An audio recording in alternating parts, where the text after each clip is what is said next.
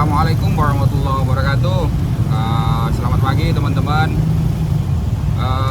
Pagi ini saya akan membahas mengenai alat sadap, gitu ya.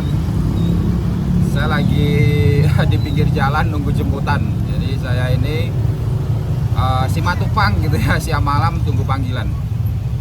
Jadi alat sadap yang pengen kita bahas ini sebenarnya khusus gitu ya, alat sadap yang dipakai untuk menyadap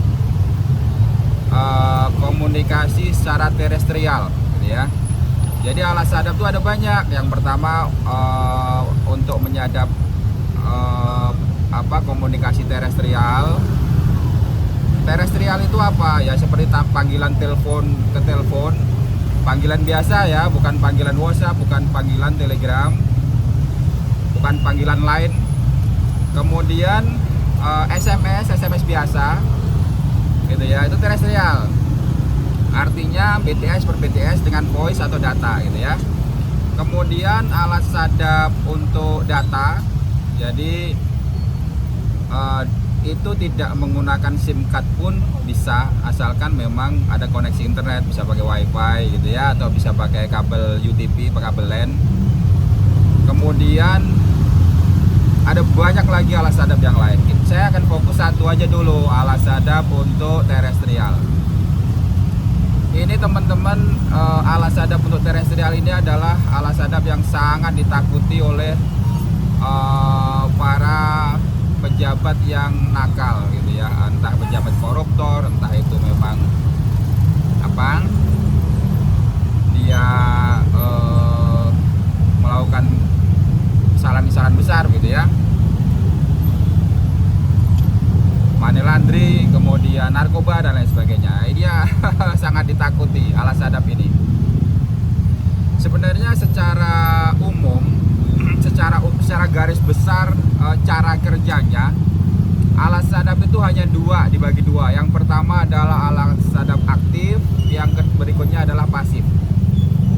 Nah, di pemikiran kita yang aktif ini justru yang bagus. Tidak, yang aktif ini adalah justru yang tidak bagus.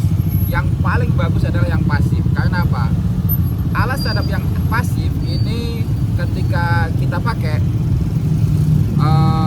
korbannya atau TO-nya itu bahkan sama sekali tidak mengetahui bahwa dia sedang disadap. Luar biasa kan? Nah, cara kerjanya begini, cara kerjanya yang aktif dulu ya, yang aktif dulu. Jadi yang aktif dulu itu begini cara kerjanya. Misal ini adalah handphone dari TO, orang yang disasar. Kemudian ini alat sadap. Nah, alat sadap ini langsung menuju ke sasaran dia. Sasarannya berdasarkan email ya kan, berdasarkan MSISDN. MSISDN itu kalau Anda punya nomor handphone, kemudian ada kartunya terregister, nah itulah MSISDN. Kita ngomongnya adalah nomor handphone begitu aja ya, orang gampangnya ngomong begitu.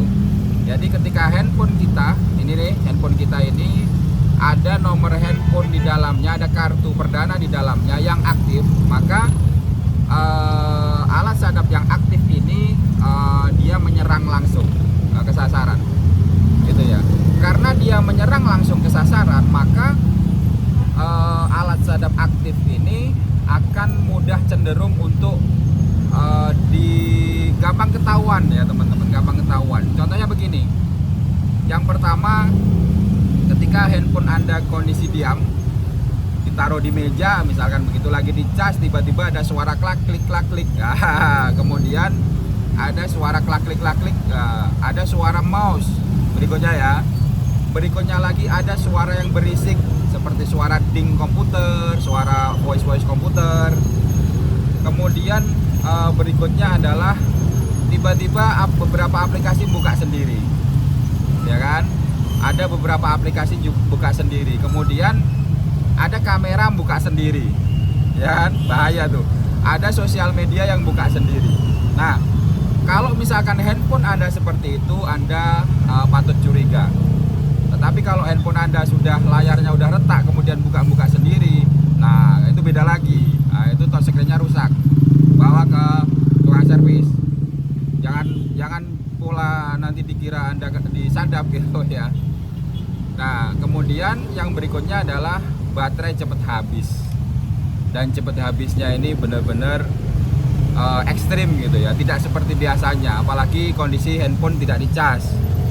Kalau handphone tidak dicas biasanya dari baterai penuh sampai baterai kosong itu mampu 12 jam misalkan ya. Nah, ketika disadap itu bisa sampai 6 jam teman-teman, tinggal 6 jam. Jadi separuhnya kayaknya seolah-olah dipakai terus begitu ya.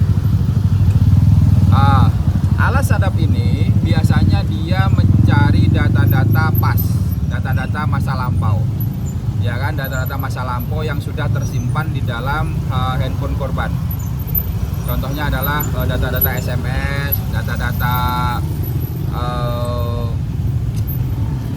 historical call, data-data foto-foto yang disimpan, data-data sosial media yang udah disimpan, data-data chat di sosial media, chat inbox di Facebook, inbox di Instagram gitu ya. Kemudian ini bahaya juga kalau keambil data-datanya gitu ya. Jadi ada kecenderungan data pas, data masa lampau yang tidak real time gitu ya. Nanti ada banyak bahasan yang bisa saya sampaikan, cuman karena memang audiensnya ini adalah audiens umum, saya dalam posisi tidak mengajar di teman-teman intelijen, tidak mengajar di siswa yang khusus, maka banyak hal yang tidak bisa saya sampaikan. Bukan berarti saya tidak tahu gitu ya. Kemudian berikutnya yang pasif ya, interseptor atau alat sadap yang pasif. Kalau pasif itu teman-teman, alat sadap pasif itu dia pseudo ya, pseudo BTS. Jadi dia menyerupai seolah-olah BTS. Jadi ketika ada tiga komponen nih. Yang pertama ini adalah handphone yang kita sasar. Yang kedua ini adalah alat sadap yang menyerupai BTS. Baru di sini BTS aslinya gitu ya. Jadi alat sadap ini ketika dia berkomunikasi, dia akan berkomunikasi terlebih dahulu dengan alat sadap ini, karena alat sadap ini lebih dekat daripada BTS. Setelah alat sadap berkomunikasi, kemudian dia disampaikanlah ke BTS asli. Alat sadap ini tergolong mahal karena dia harus cepat gitu ya. Kalau tidak cepat, maksudnya responnya, kemudian dia mengirimkan ulang data-data ke BTS aslinya. Kalau tidak cepat maka komunikasi itu akan diputus teman-teman ya. Komunikasi akan diputus. Jadi komunikasi terestrial itu sebenarnya adalah komunikasi yang ada handshaking, ada semacam salaman, ya kan? Misalkan handphone Anda dengan BTS sebelum melakukan komunikasi itu pasti dia ada handshaking, ada salaman, ada saling mengetahui satu sama lain. Handphone, ya kan? Kamu menghubungi saya nih BTS. Oh iya, saya menghubungi BTS. Apa kodenya? Kodenya ini. Dengan kode yang benar itu maka komunikasi akan dilanjutkan. Kalau komunikasi tidak benar, maka kalau data tidak benar, maka komunikasi tidak dilanjutkan. Nah, alat sadap yang menyerupai BTS ini juga harus mempunyai kemampuan untuk handshaking gitu ya. Ketika handshaking terlalu lama, maka handphone otomatis memutus komunikasi. Ini adalah bagian dari network security namanya ya, network security atau keamanan jaringan. Jadi antara handphone dengan BTS itu ada komunikasi tertentu dengan kode-kode tertentu, dan ini yang membuat perjalanan voice kita, teks kita itu berjalan aman sampai ke BTS, kemudian BTS sampai ke servernya operator, kemudian server operator sampai ke BTS yang dituju, BTS yang dituju sampai ke penerima ya. Jadi seperti itu. Nah, yang pasif teman-teman, yang pasif itu almost tidak kedetek seperti Anda berkomunikasi dengan BTS biasa. Nah, seperti itu ya, seperti itu. Untuk detail yang lain ya jangan di sinilah. Di detail yang lain kita mesti ngobrol di warung kopi depannya maknya sono. Ada tuh warung kopi yang harga kopinya 3.000 per gelas itu. Nah disitulah kita mesti ngobrol kalau yang lebih detail. Kemudian harganya, saya ini mungkin salah satu atau satu-satunya orang di 4 negara itu 5 negara malahan ya, Indonesia, Timor Leste, Brunei Darussalam, Malaysia, Singapura yang mempunyai bukan lisensi ya, yang mempunyai apa istilahnya ya, privilege untuk menjual alat sadap. Jadi saya ini menjual itu artinya apa teman-teman?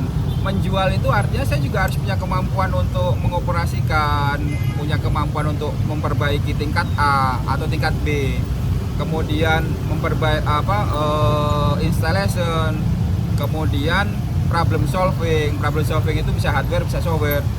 Kemudian karena saya sering berinteraksi ya, mau nggak mau saya tahu banyak gitu ya, Saya pernah menjual alat sadap itu di satu negara, ya kan? Memang saya sama polisi di sana itu diminta untuk datang dan mempresentasikan. Harganya tidak mahal kalau menurut saya, kalau misalkan yang membeli itu negara, cuman 800.000 US dollar. 800.000 US dollar itu berapa ya? 12 M. Iya, 12 M kali ya. Murah itu teman-teman. Tapi negara ini ternyata nggak punya uang, dan coba tebak negara apa yang sampai sekarang tidak punya alat sadap dan nggak punya uang untuk membeli ya. Coba tebak, pasti teman-teman tahu ya. Nah, khawatirnya negara ini dijadikan pelarian untuk gembong-gembong narkoba, pelarian untuk pencucian uang dan lain sebagainya, karena memang secara teknologinya juga tidak punya, SDM-nya juga tidak bagus. Tahun 2015 saya ngajar di sana, mereka itu nggak paham apa itu check post, tidak paham mencari orang menggunakan nomor handphone, nggak paham. Jadi ketika saya datang ke sana, saya tanya nih, nomor handphonenya berapa? Ini. Coba tolong dicek tuh di operator CDR-nya. CDR itu Communication Detail Report. Jadi data-data komunikasi dia menelpon kemana, kemudian LACC ID. LACC ID itu adalah titik-titik nominal ya. Jadi ketika kita sebelum mendirikan BTS itu harus diregister nominalnya. Nominal itu adalah titik lokasi yang isinya data-data koordinat bumi, ada latitude, ada longitude gitu ya. Nah, itu kita dengan adanya CDR itu kita tahu nih dia sering kemana, kemudian dia tidurnya di mana, kemudian dia menghubungi nomornya, dia itu namanya A number, kemudian dia menghubungi B number ya, dia menghubungi B number kemana saja, itu akan ketahuan. Dan ketika saya tanya itu teman-teman, polisi-polisi sana yang levelnya tinggi itu artinya di bawahnya Kapolri di sinilah, itu nggak tahu. Akhirnya problem solvingnya adalah menghubungi teman-temannya yang di operator di sana. Kebetulan ada 3 operator gitu ya, ada 3 operator di sana. Jadi konsepnya waktu itu masih pertemanan, bukan undang-undang. Nah, dengan akhirnya data-data itu kita dapatkan, dan pada saat itulah negara tersebut baru membuat undang-undang, gara-gara saya meminta data CDR dan check post ya. Jadi ya, dan di negara tersebutlah saya adalah orang pertama yang pointing BTS di seluruh ibu kotanya. Jadi ada cerita menarik bahwa BTS di sana itu overlapping gitu ya. Harusnya di titik A, ternyata dia geser, harusnya di titik B dia geser. Nah, itu saya benerin, kemudian saya unggah ke Google Location ya. Itu baru pertama kali saya lakukan tahun 2013an. Nah, alat sadap ini sebenarnya saya orang yang bisa membuat gitu ya. Saya orang bisa membuat. Kalau pengen membuat, clue-nya adalah USRP. Ya, teman-teman kalau penasaran dan pengen membuat sendiri, clue-nya USRP. USRP itu Universal Serial Radio apa P-nya lupa, peripheral kali. Nah, yang menjual itu ada namanya Etus Research di USA. Nah, tapi teman-teman, kalau teman-teman pengen bikin itu, maka harus skala laboratorium, bukan untuk dipakai di publik ya. Jangan pula nyadap istrinya dia, nyadap pacarnya, nyadap selingkuhannya, jangan gitu ya. Dipakailah untuk tujuan riset. Nah, riset ini bekerja samalah dengan polisi, bekerja samalah dengan tentara, teman-teman di 3 huruf. 3 huruf itu BIN, teman-teman di BAIS, ya, teman-teman di kejaksaan. Untuk apa? Untuk memberantas kejahatan, ya kan? Kalau bikin sendiri itu biayanya paling 500 juta teman-teman ya. Biayanya 500 juta. Jadi alat sadap itu secara umum ada 2 komponen. Ada 2 komponen besar ya. Yang pertama adalah mainboard seperti komputer PC itu mainboard. Yang kedua adalah daughter board, ya kan? Bot anak gitu ya. Nah, bot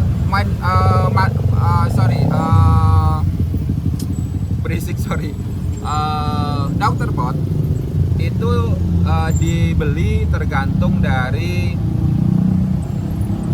kebutuhan kita gitu ya. Dia ada slot-slot gitu. Satu mainboard itu biasanya ada 2 slot. Kalau misalkan kita membutuhkan 4 slot berarti harus beli 2. Ada 2 alat sadap berarti. Misalkan bot yang pertama isinya adalah 4G gitu ya, daughter bot 4G. Kemudian bot yang kedua daughter bot 3G. Kemudian daughter bot yang keempat adalah bot CDMA.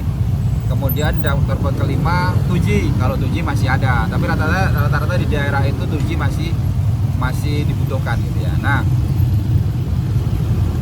negara yang menjual alat sadap itu rata-rata Israel, Swedia sama Amerika. Rata-rata 3 itu yang agak populer ya. Kalau teman-teman di Indonesia pengen membuat sendiri, kemudian ada payung hukumnya, misalkan ini dilindungi oleh Kementerian Pertahanan gitu ya, atau Kominfo gitu ya. Kemudian ada payung hukumnya, saya mau, ya kan? Saya mau gitu ya. Nanti mencari beberapa member atau beberapa teman-teman yang memang punya keahlian di situ, kita bikin sendiri, dipakai sendiri di negara kita. Jangan sampai pakai produknya orang lain. Saya kasih tahu teman-teman ya, produknya orang lain itu ketika kita mendapatkan data, mereka juga dapat data loh. Ya, ada subrutin di mana data-data kita itu diambil sama mereka gitu kan. Jadi mereka itu udah untung jual barang, untung dapat data. Kalau kita yang bikin sendiri kan enggak gitu ya, karena cinta tanah air kita itu nggak bisa dibeli oleh apapun. Saya bisa bikin sendiri, saya akan buktikan gitu ya. Nggak lama, paling ya 1-3 bulan, karena memang itu udah